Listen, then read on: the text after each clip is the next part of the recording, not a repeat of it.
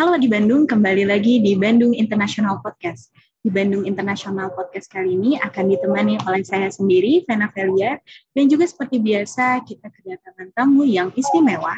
Langsung saja kita sapa, di sini ada Teh Alivia Maharani dari komunitas Bandung Lawan COVID. Betul ya Teh? Ya, halo semua. Halo Teh Vena. Sebelumnya terima kasih nih Teh sudah menyempatkan hadir di podcast kita kali ini. Gimana nih Teh kabarnya? Sehat? Alhamdulillah sehat, baik-baik aja. Di kondisi kayak gini kita harus jaga kesehatan ya Teh ya? Iya, benar banget.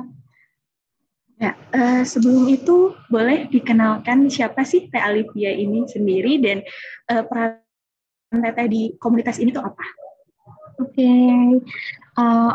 Perkenalkan, nama aku Alivia, biasa dipanggil Via. Aku sekarang jadi mahasiswa FKUI semester 6. Kebetulan aku dan teman-teman FKUI lain bersama juga dengan teman-teman dari mahasiswa ITB, Unpad, kami mendirikan sebuah komunitas namanya Bandung Lawan COVID, sebagaimana tujuan untuk bisa sama-sama kita melawan pandemi ini. Dan peran aku di sini, peran di Bandung Lawan COVID kebetulan menjadi founder dari Bandung Lawan COVID. Wah, luar biasa sekali. Nah, sekarang Vena mau nanya nih, lebih fokus ke komunitasnya. Sebenarnya komunitas Bandung Lawan COVID ini tuh apa, dan Teteh Alivia sebagai founder itu alasannya mengapa sih terbentuknya komunitas ini? Oke, jadi komunitas Bandung Lawan COVID ini adalah non-governmental organization, jadi NGO, di mana komunitas ini itu berperan sebagai kanal edukasi COVID-19 dan juga kanal donasi dalam rangka membantu pemerintah mempercepat penanganan COVID. Nah,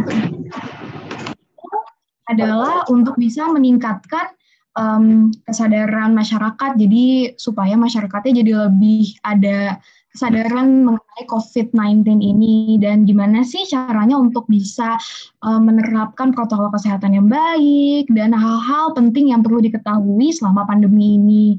Dan juga kami di Bandung Lawan COVID juga menggalang donasi untuk garda terdepan yang ada di Bandung. Jadi kami harap semoga donasi ini dapat menjadi salah satu bantuan untuk perlindungan bagi mereka yang sudah berjuang di garda terdepan. Untuk motivasinya sendiri ya tadi ya? Iya, motivasinya apa tuh Teh? Iya, jadi motivasinya sendiri waktu itu sempat pernah liburan, terus liburan untuk menemani nenek di Bandung, karena nenek di Bandung itu sendiri. Terus ketika datang ke Bandung, aku itu ngerasa ternyata banyak nih perbedaan suasana pandemi antara Bandung sama Jakarta gitu. Beda banget gitu menurut aku pribadi. Karena mungkin Jakarta itu mungkin karena pemerintahan pusat, jadi memang protokol kesehatan yang benar-benar digenjot gitu ya. Nah, ketika aku ke Bandung kan ya sebagaimana teman-teman di sini kan tinggalnya di Bandung, nyaman ya Teh ya di Bandung, enak banget, banyak tempat jalan-jalan, banyak tempat nongkrong, ya kan ya Teh. Jadi suasana Bandung tuh nyaman, menurut aku pribadi nyaman banget loh. Antara Jakarta Bandung beda banget kalau di suasana. Iya beda, kalau di Bandung tuh adem, rasanya nggak mau marah gitu ya. Iya, jadi suasana Bandung tuh nyaman banget, jadinya membuat mungkin para wargi Bandung tuh nyaman juga untuk nongkrong, untuk silaturahmi, untuk jalan-jalan gitu. Dan bukan cuma wargi Bandung doang kan ya Teh ya, dari orang yang dari luar Bandung banyak banget ya Teh ya jalan-jalan. Dan betah gitu ya stay di Bandung. Betah pada staycation gitu kan. Jadi menurut aku karena mungkin suasana nyaman di Bandung ini ngebuat banyak orang-orang itu pengennya jalan-jalan padahal kan lagi pandemi ya. Dan sebenarnya nggak apa-apa sih, waktu itu kan memang perlu dibuka juga untuk bisa menjalankan roda ekonomi gitu ya. Tapi yang aku lihat di sini waktu itu aku pernah berkunjung di ruang publik di kafe-kafe gitu, itu nggak ada tuh yang namanya social distancing, nggak ada yang namanya, iya nggak ada tuh antara meja tuh dipisahin jauh gitu, nggak ada, kayak bener-bener dempet gitu, nggak ada jaraknya. Terus setelah pergi nggak dibersihin mejanya, itu padahal kafenya bagus gitu. Dan padahal aku lihat-lihat di aturan pemerintahannya Bandung gitu, Pemkot, padahal kan harusnya ada aturan-aturan buat kafe gitu. Nah, makanya kenapa aku mikir, dan banyak juga bukan ruang publiknya aja yang nggak bisa mengatur peraturan yang baik buat pengunjungnya apalagi ya pasti nggak taat gitu. pada ya selama makan pasti buka masker terus dan lain-lain. Jadi apa sih Teh Vena juga pernah ngeliat kan ya yang nongkrong-nongkrong asik di fenomenanya seperti itu ya. Iya banyak di Bandung, apalagi banyak tempatnya nyaman. Nah akhirnya karena keresahan tersebut, khawatir dengan kondisi tersebut, aku sebenarnya awal-awal aku cemas dan aku khawatir mengenai kondisi Bandung. Dan aku ubah kekhawatiran ini jadi suatu potensi untuk bangun suatu komunitas baru, Bandung Lawan COVID. Akhirnya dibentuk deh Bandung Lawan COVID. Luar biasa sekali Teh, karena memang jarang banget ya Teh, apalagi warga muda untuk bergerak gitu Teh. Nah, Vena nanya nih, Vena penasaran banget, Vena udah kepo-kepo ini, Bandung Lawan COVID, dan ternyata udah dapat awareness dari Ridwan Kamil. Nah, itu muncullah pertanyaan, apa sih peran dari Bandung Lawan COVID ini, dan kegiatan spesifiknya itu apa, Teh? Oke, iya tuh Pak Ridwan Kamil tuh, jadi iseng nih cerita dulu bentar ya. Jadi Pak Ridwan Kamil tuh sebenarnya iseng doang nih Bandung Lawan COVID, ngekomen di IG beliau, kami minta dukungan, ternyata langsung direspon baik banget, langsung diajak ketemuan. Jadi wah baik banget sih Pak Ridwan Kamil. Jadi kalau kegiatan di komunitas kami sendiri itu jadi ada beberapa kegiatan ya, banyak sebenarnya, cuman yang sekarang masih dijalani, maksudnya yang lebih sering dijalani itu adalah edukasi lewat sosial media, yaitu baik dari sisi kesehatan maupun umum, yaitu lebih tepatnya untuk bisa managing COVID stress gitu. Maksudnya bukan kami cuma ngasih informasi mengenai kesehatan, tapi juga dari sisi-sisi lain gitu, berita baiknya juga. Dan kami juga kolaborasi dengan pihak pemerintahan, yaitu kolaborasi dengan Pemprov Jawa Barat, dibantu juga oleh tim dari Pak Ridwan Kamil, dibantu dan didukung dalam bantuan, dikasih hand sanitizer, masker, vitamin C.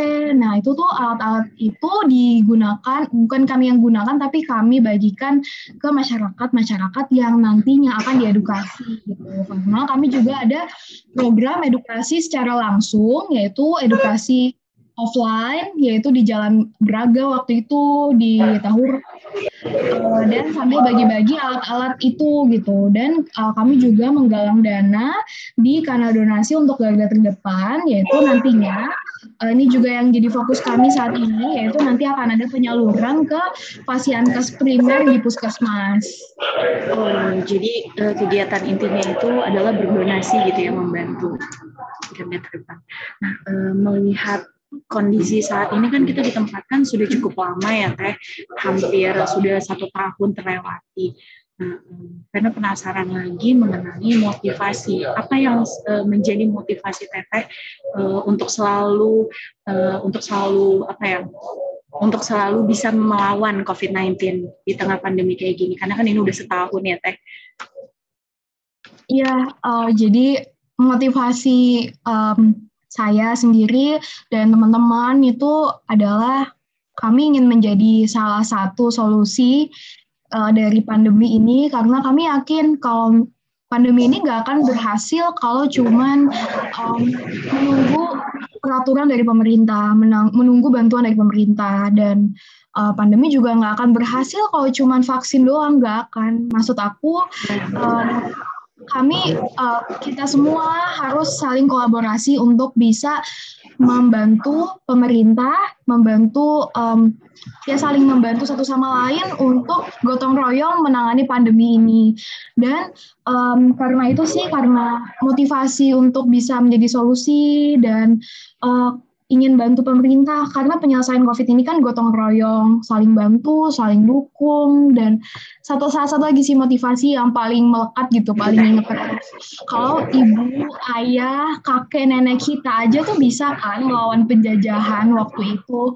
Masa iya sih kita sendiri generasi Z dan milenial yang punya teknologi yang lebih canggih, yang punya ilmu pengetahuan yang lebih luas, dan punya inovasi-inovasi yang lebih baik dibandingkan zaman penjajahan dulu, kok udah nyerah aja sama pandemi gitu. Menurut aku kita bisa kok pasti.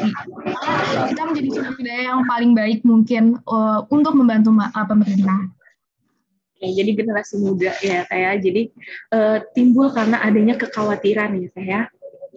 Nah, apalagi kondisi yang sekarang kan lagi PPKM ya, yang lebih ketat lagi gitu.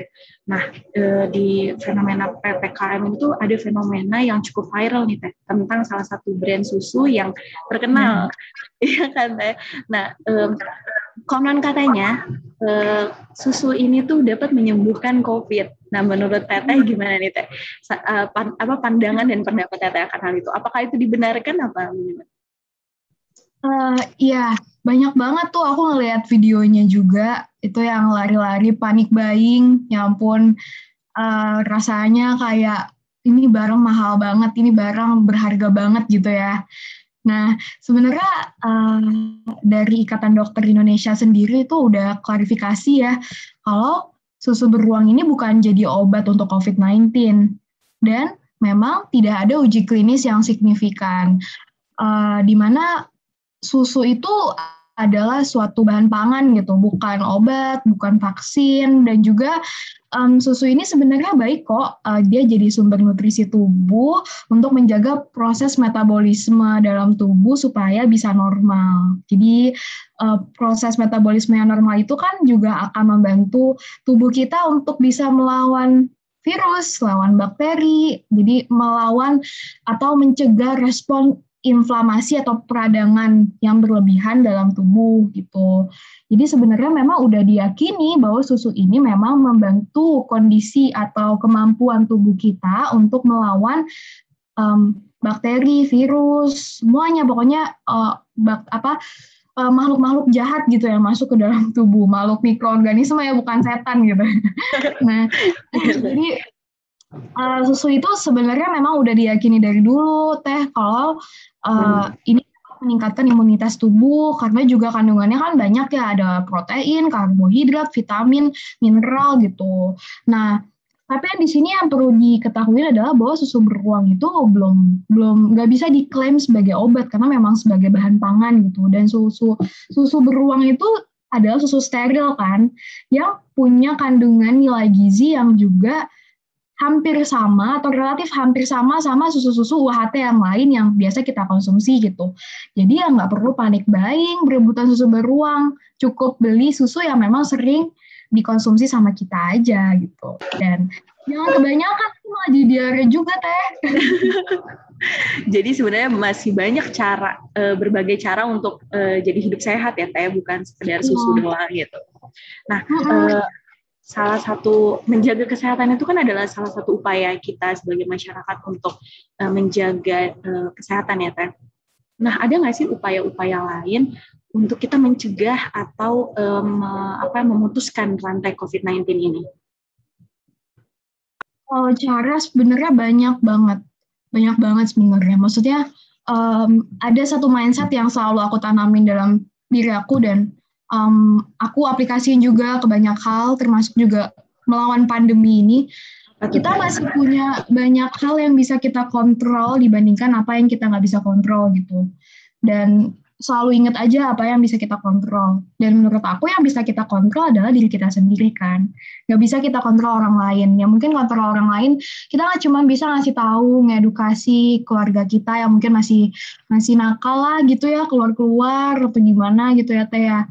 Nah, ya mungkin kita bisa menjadi salah satu edukator untuk keluarga kita. Tapi kan keputusan ada di mereka sendiri. Jadi menurut aku apa yang bisa kita kontrol itu yang pertama minimalisir mobilitas. Jadi keluar kalau emergensi aja, kalau lagi work from office yang emang mengharuskan untuk bisa bekerja dari kantor gitu. Dan kalau bisa ketemunya juga cuman sama keluarga inti, bukan keluarga besar gitu. Maksudnya kan banyak orang yang bilang kan keluarga juga pasti nggak apa-apa lah, nggak mungkin menyebarkan virus atau nggak mungkin bohong kalau lagi sakit gitu ya. Kan banyak juga ya Teh yang mikir gitu, pasti.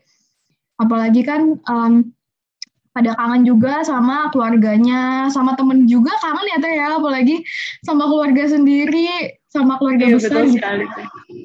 Ya, jadi gitu deh. Nah, untuk saat ini ya PPKM darurat ya ketemu hanya dengan keluarga inti aja. Dan setelah mobilisasi itu adalah kalau memang perlu keluar banget, pasti butuh beli makanan, butuh beli segala macam perintilan, yang cewek juga beli skincare gitu ya, kalau bisa sih online ya.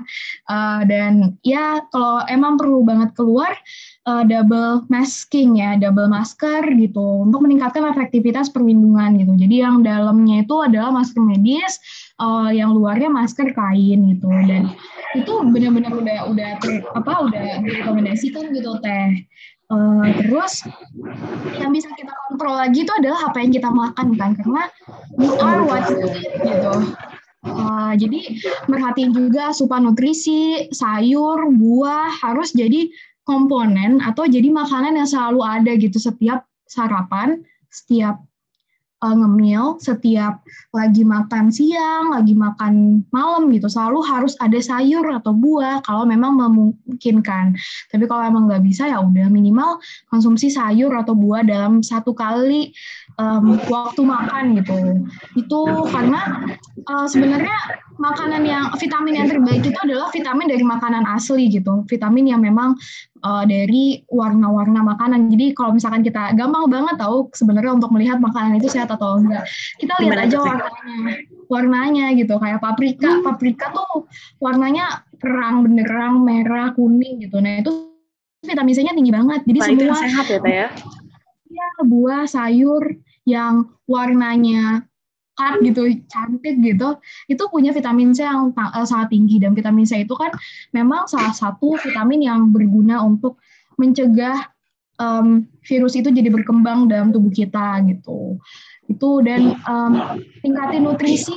Terus kalau bisa sekarang udah bukan 5 sehat 4 sempurna lagi, tapi piring gizi seimbang. Mungkin boleh dicari nanti yang didengerin itu piring gizi seimbang, dan tingkatin nutrisinya, perbaikin pola makan terutama sebelum vaksinasi gitu, karena supaya vaksinasinya itu dapat memicu respon imun yang lebih baik dalam tubuh. Karena kalau misalkan lebih optimal, karena kalau misalkan nih vaksinasi dalam kondisi tubuh kita tuh nggak punya bahan bakar untuk membentuk antibodi gitu, jadi kan pasti setelah disuntik kan perlu bentuk suatu pertahanan tubuh ya. Nah, untuk membentuk pertahanan tubuh kan juga butuh bahan bakar gitu, butuh alat-alatnya buat bentuk si tentara dari COVID gitu. Iya. Nah, jadinya lebih baik mengkonsumsi makanan-makanan yang tinggi protein juga, terus sayur buah gitu, dan jaga berat badan nih, karena dari soalnya pandemi ini pasti banyak yang naik ya berat badannya Teh ya. Sendiri Teh. Iya, juga naik. Ya ampun, iya. Apalagi ya kalau misalkan lagi di Bandung itu makanannya enak-enak ya Teh ya. Wah, bener. Cobaan gitu ya Teh. Cuanki gitu, aduh banyak banget lah. Banyak banget pilihannya kalau di Bandung, apalagi seblak di Bandung dimanapun menurut aku enak sih dibandingkan. Iya, di Jakarta kayaknya enakan di Bandung. Kalau beli yang deket-deket rumah aja tuh udah enak gitu. Mantap rasanya ya, tuh Iya, udah mantap gitu. Jadi banyak banget nih sebenarnya, banyak banget generasi Z, milenial yang berat badannya tuh meningkat selama pandemi gitu. Nah ini banyak yang nggak ketahuan gitu. Overweight, lebih tepatnya obesitas itu adalah komorbid dari COVID sebenarnya. Jadi iya, jadi kalau kita tahu nih obesitas mungkin nanti bisa dicari ya, obesitas tuh berat badannya berapa, tinggi badannya berapa gitu. Nah itu kalau kita obesitas itu makin mudah kita untuk makin mudah terkena COVID gitu. Makanya ini adalah penyakit-penyakit yang kadang-kadang nggak kedeteksi sama umur-umur sekitar gitu ya Teh ya. Banyak yang mikir loh, kurang aware gitu. Ya, aware kayak makan aja udahlah masih muda gitu, makan apa aja gitu. Padahal malahan ya harusnya kita tahu kalau semua penyakit yang ada di masa tua itu diawali dari penyakit-penyakit masa muda loh. Di 20 tahunan ke atas itu udah 20 sampai 30 tahun itu adalah jangka waktu di mana banyak banget kondisi tubuh yang dapat jadi penyakit gitu ke depannya gitu. Jadi sebenarnya harus diperhatikan di umur segini ya Teh ya. Iya, benar banget Evena. Jadi harus investasi tubuh lah dari sekarang gitu. Gitu. Nah, jadi iya, jadi vaksinasi gitu. Vaksinasi, vaksin terbaik, vaksinasi juga Teh Evena udah divaksinasi belum? Sudah. Kebetulan iya. Iya, vaksinasi itu adalah gimana ya? Itu efektif juga untuk bisa melawan COVID gitu sebenarnya karena tubuh kita sendiri udah punya antibodinya, udah punya pertahanan sendiri gitu. Nah, tapi kan sekarang banyak banget ya yang nanya, aduh baikan tuh lebih baik pakai vaksin apa sih, Sinovac atau AstraZeneca atau apa-apa gitu ya. Banyak kan ya Teh ya. Teh Vena waktu itu pakai apa Teh? Pakai Sinovac Teh. Iya, sama aku juga pakai Sinovac waktu itu. Nah, tapi yang paling perlu diketahui adalah vaksin terbaik adalah vaksin apapun yang kalian dapatkan. Jadi ya itu lebih baik sih. Dan yang paling penting adalah jangan panik, jangan menekan mental kita sendiri. Karena menurut aku banyak berita-berita yang terlalu drama gitu, terlalu membuat yang sebenarnya bagus sih awareness-nya jadi meningkat. Tapi kan kalau kebanyakan juga pastinya kan masyarakatnya juga cemas gitu. Dan menurut aku ini saatnya, apalagi teman-teman yang di Bandung Comment Center itu kan aktif ya untuk ngedukasi ya. Aku lihat-lihat di IG-nya lebih baik kita membawa informasi yang positif yang bisa meningkatkan imun dibandingkan terlalu banyak berita negatif yang malah menurunkan imun. Jadi lebih baik jangan panik. Terus juga sama kan banyak banget tuh kayak bilang kalau ini virus varian Delta cepet banget bisa papasan doang udah kepapar gitu. Nah menurut aku itu benar. Itu salah satu yang kita concern, itu adalah salah satu yang harus kita takutkan. Tapi jangan terlalu takut karena baik-baik lagi banyak banget yang bisa kita kontrol dari diri kita sendiri untuk bisa mencegah supaya COVID ini nggak sampai ke badan kita. Oke, jadi itu adalah beberapa hal yang harus dilakukan ya oleh masyarakat. Bagaimana kita menyikapi kondisi seperti ini ya, Teh. Nah, aku langsung mau fokus aja nih ke komunitasnya. Apakah wargi Bandung bisa bergabung di komunitas ini? Atau memang ada ketentuan mungkin, Teh? Ya, jadi waktu itu juga kita udah buka untuk menjadi salah satu relawan gitu ya, udah pernah 2 kali, dan saat ini lagi close memang Teh Vena. Nah mungkin dan memang teman-teman dari relawan angkatan yang sebelumnya juga udah, jadi kita time bound gitu, jadi kita memang udah menentukan timelinenya kerja sampai kapan dan memang ada yang sudah selesai gitu. Namun ada beberapa yang memang masih bekerja, masih menjadi relawan di bagian kanal donasi gitu. Jadi ada beberapa donasi yang masih menjadi fokus kami saat ini untuk disebarkan ke puskesmas yang membutuhkan gitu. Nah jadi mungkin teman-teman boleh di follow Bandung Lawan COVID, mungkin nanti kami akan diskusi untuk rebranding lagi. Jadi ada branding baru dari Bandung Lawan COVID karena mungkin lagi dibutuhkan sekali nih kan PPKM darurat ini butuh banyak edukasi Bandung. Dan mungkin nanti mungkin kalau misalkan memungkinkan juga akan ada open recruitment juga untuk teman-teman yang Iya. Syaratnya sendiri sih nggak ada sih Teh Vena. Yang penting ya lebih diutamakan yang di atas umur 18 tahun gitu yang waktu begitu cepat berlalu Teh. Tapi Vena sudah mendapatkan insight yang luar biasa mengenai kesadaran COVID-19 untuk saat ini ya Teh. Sekali lagi terima kasih Teh atas kesempatannya untuk berbagi informasi dan pengalaman yang berharga di hari ini. Gimana nih Teh? Jadi kalau misalnya warga Bandung yang ingin tahu lebih lanjut tentang Bandung lawan COVID ini, di mana bisa dijumpainya? Di sosial media. Follow di Instagram @BandungLawanCovid. Oke. Jadi Vena, terima kasih ya Teh. Jadi Vena ulangi bagi warga Bandung yang penasaran mengenai komunitas Bandung lawan COVID-19, bisa langsung kepoin Instagramnya di Bandung lawan COVID, betul ya Teh? Nah, warga Bandung juga bisa mengikuti kami, Bandung Go ID, di berbagai sosial media untuk informasi up to date. Dan tak henti-hentinya juga Vena mengingatkan kepada warga Bandung untuk menerapkan protokol kesehatan dan 6M. Vena pamit undur diri, sampai jumpa.